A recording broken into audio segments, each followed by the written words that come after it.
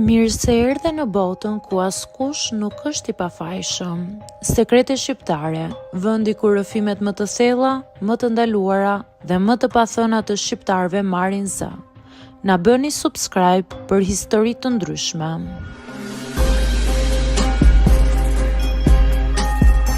Jam 38 vjeç dhe për një kohë të gjatë jeta ime ka qenë shumë e thjeshtë. Punë, shtëpi, pak dalje me shokët dhe përsëri e njëjta rutinë. Nuk kam qenë kurrë tipi që hidhet në aventura apo që ndjek çdo njohje të re, por me kalimin e viteve fillon dhe ndjen bushllëkun. Njerëzit rreth teje krijojnë familje, stabilizohen, ndërsa ti mbetesh në vend. Kështu që një mbrëmje pak nga kurioziteti dhe pak nga vetmia, hapa një profil në Tinder. Në fillim nuk e mora shumë seriozisht. Shikoja profile, bëja në një like, por pa në një pritshmëri të madhe. Derisa një ditë më doli ajo, 23 vjeçe, e bukur, shumë e kuruar, me një stil që të binte me një herë në sy. Nuk ishte thjesht pamja, ishte mënyra si paraqitej. Vendosa t'i shkruaj. Për habin time më ktheu përgjigje me një herë.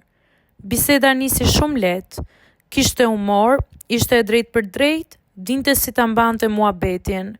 Nuk ishte nga ato që të lënë sin apo që përgjigjen me një fjalë. Kaluan disa ditë dhe komunikimi u bë më i shpeshtë. Fillova ta pres mesazhin e saj dhe kështu erdhi momenti të takoheshim live. Le të dalim për drek, më tha. Pranova pa u menduar shumë. Doja të lija përshtypje të mirë, kështu që zgjodha një restorant peshku nga më të njohurit në Tiranë. Ambienti bukur, ushqim cilësor, një vend që të jep ndjesinë e një takimi serioz.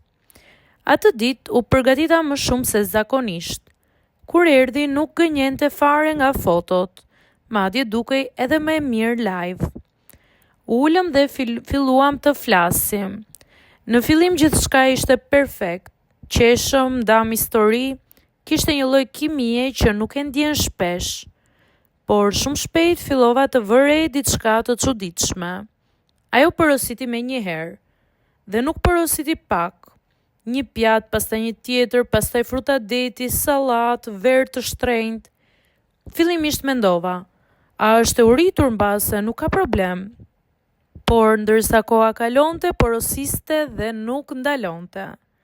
Ajo hante me një qetësi që më bëri të mendoj. Unë përpiqesha të mbaja bisedën gjallë, ndërsa brenda vetes më linte një dyshim. A është këtu për mua apo për drekën? Megjithatë nuk doja të prishja momentin. Vazhdova normalisht. Në disa momente ajo bëhej shumë e afërt. Qeshte, më shikonte në sy sikur kishte interes të vërtet. Kjo gjë më hutonte. Nuk dija çfarë të besoja. Kur erdhi momenti i faturës, nuk u habita shumë. Rreth 300 euro. E pagova pa koment. Nuk ishte hera e parë që shpenzoja për një takim dhe nuk doja të dukesha i vogël në atë moment. Kur dolëm nga restoranti, ajo u kthye nga unë me një buzëqeshje të bukur. Ishte shumë bukur, më tha. Pastaj shtoi, nesër do dalim përsëri. Në atë moment çdo dyshim më iku. Mendova, okay, ndoshta u gabova. U ndam mirë me një ndjesi pozitive. U ktheva në shtëpi dhe isha i kënaqur. Jo vetëm për takimin, por për faktin që ndoshta më në fund po njihja dikë interesant. Në darkë i shkruajta, por nuk mora përgjigje. Të gjitha mesazhet ngelën sin. Aty fillova të kuptoj. Hyra në aplikacion dhe e pash. Më kishte bërë blok, pa asnjë fjalë, pa asnjë shpjegim, pa asgjë. Ula dhe qëndrova për disa minuta duke parë ekranin. Nuk e besoja sa e thjesht ishte për të. Një drekë e shtrenjtë dhe pastaj zhdukje. Me erdhi inat jo vetëm për parat, por për mënyrën se si u bë. Për faktin që dikush mund të sillet kaq ftohtë dhe me kaq llogari. Një takim të shihet si një përfitim dhe jo si njohje. Ditët kaluan dhe fillova ta marr me sportivitet. E tregova si histori me njerëzit dhe ata qeshën me mua duke më tallur. Brenda meje më mbeti një mësim. Kuptova diçka të rëndësishme. Jo çdo njeri që duket interesant ka qëllime të mira. Jo çdo buzëqeshje është e sinqertë. dhe jo çdo takim është për të ndërtuar diçka.